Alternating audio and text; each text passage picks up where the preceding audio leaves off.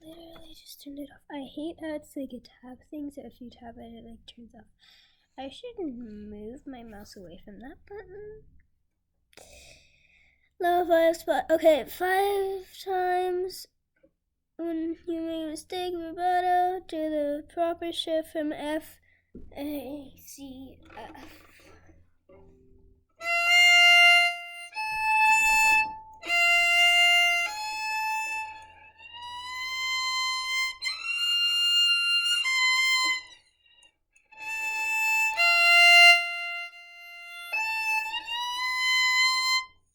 Don't miss!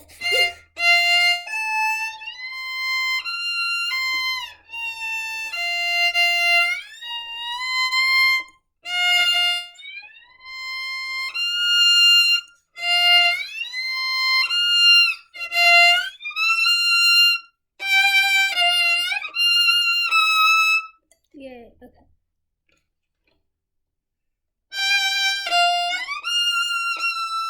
Third finger, no!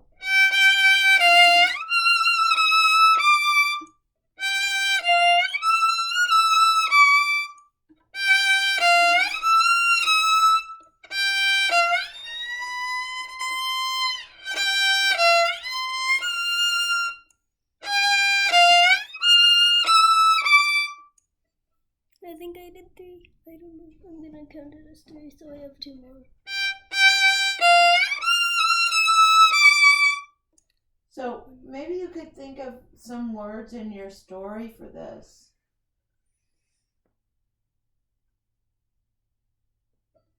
Is that how the part goes? Ya da da da. How does the actual piece go at that moment?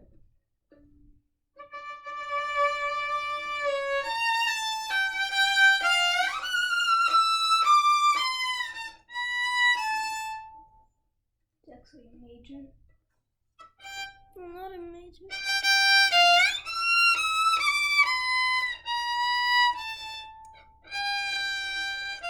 What? Oh, the B flat.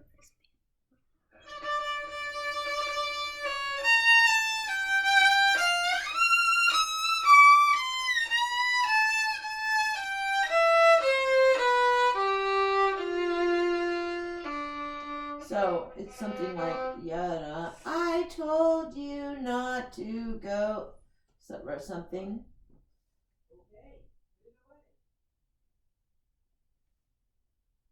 What if you play it on a different string? What does it sound like?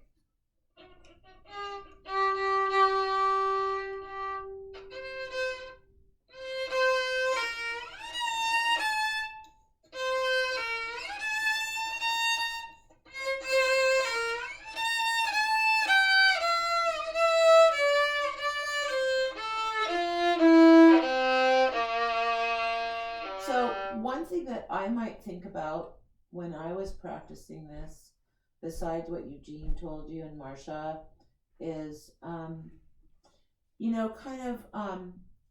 of helping with keeping your frame. So it's kind of like what I told you on piano, that a lot of people, when they're doing they move their hand like this instead of just moving it over. And the same thing with a shift, is it's just going from here to there instead of reaching or stretching, and not losing that frame when you come back down, keeping it like here. So can you try that?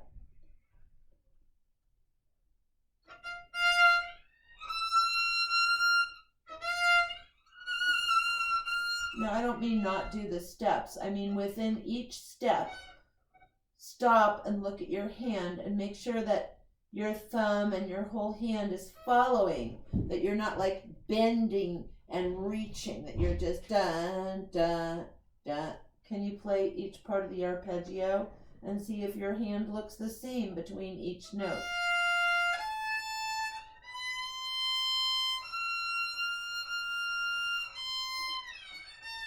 Right, so when you come back on that note, it's kind of slidey. I wonder if you can just be a little more firm about it.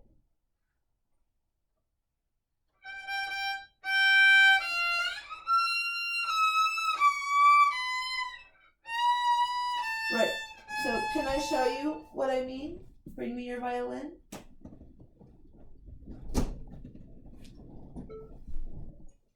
So when you're coming down or when you're going up, your hand looks all hovery and really, really nice. And when you come past this crook of the neck part, you kind of fold your hand back. And I'm saying, remember those glissandos that we did, and try to keep your frame the same going up and down. That, remember we did some baby powder that it's just, when you play down here, it's the same as playing up here, kind of. That you just kind of relax into it. Don't try so hard. I know that's hard when you're trying so hard.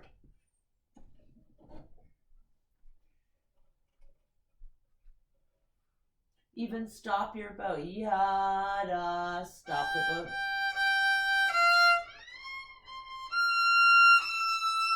Stop the bow.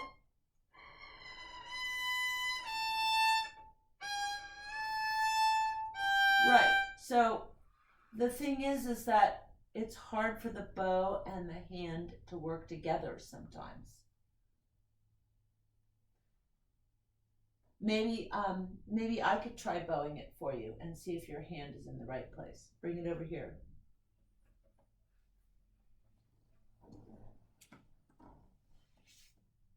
Okay, just get down low.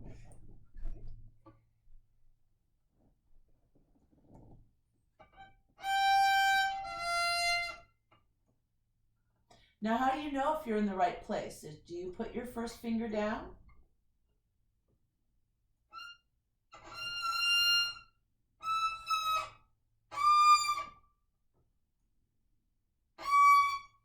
Okay, so that was good. Now let's do it again, and this time let's look at all the half steps and whole steps.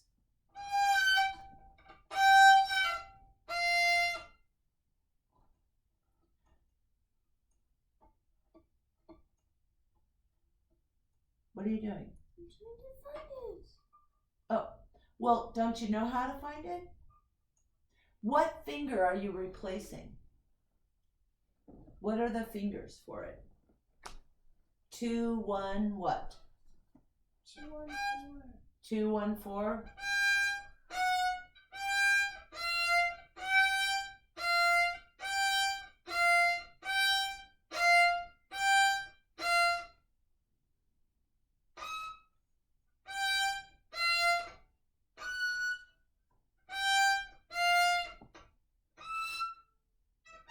And where does first finger go? C.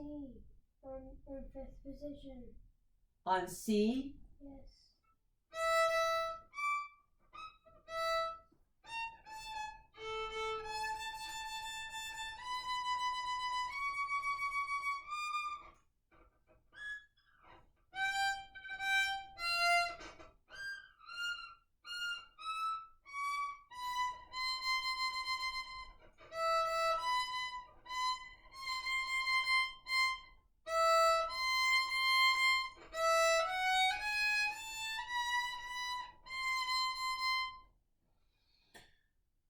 Okay, so there really isn't a place for your finger to go, because C,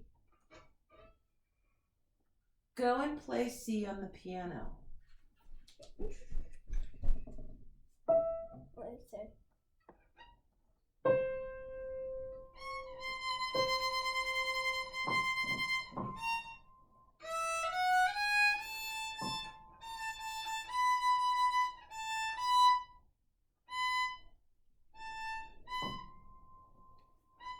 Play C again.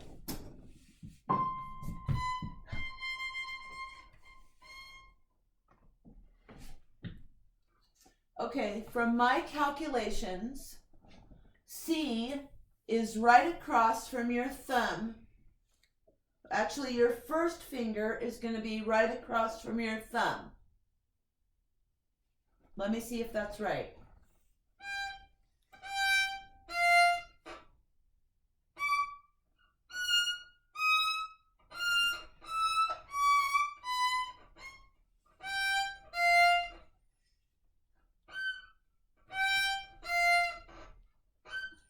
Come here. So, I don't play violin, Ella. And you can look at me like I'm crazy if you want to. And you can give me all kinds of sour-faced looks like you've been doing for the last 5 minutes. But I'll bet you $25 that you and I can get our violins out and play these 5 notes. And at the end of the hour, I'll be hitting it right every single time. Because I can figure it out. And you can figure it out too if you want to. And your job is to take the information that your fantastic teacher, Eugene, gave you, get off of the ball, to take the information that Marcia gave you, and to use your own brain and figure out how to hit that note every single time, no matter what, to put that note in your brain from now on. And I can get it in my brain. And if I can get it in my brain, and I don't even play the violin, you can get it in your brain. And the way I'm going to get it in my brain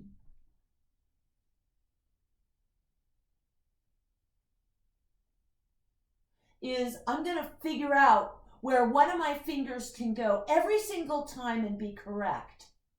Every single time. So I just learned that my first finger doesn't have a home, sweet home.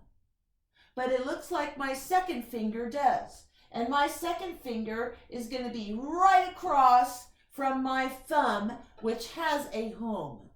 Does your thumb have a home when you're up there in 5th position? Where? And what finger is across from your thumb when you're in 5th position?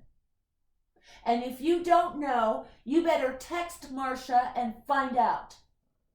Here's your violin.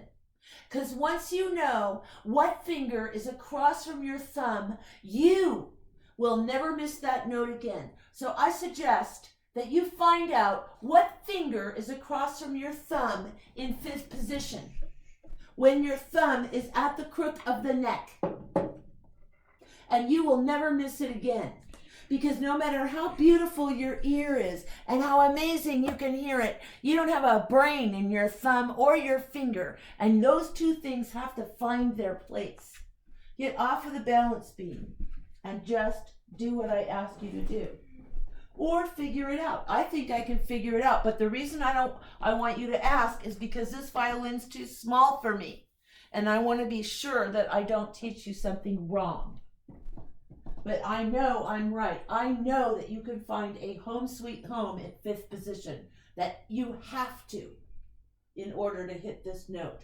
It's not about just hearing your arpeggio. It's about your fingers knowing where to go. Not your ear. We know your ear knows where to find things.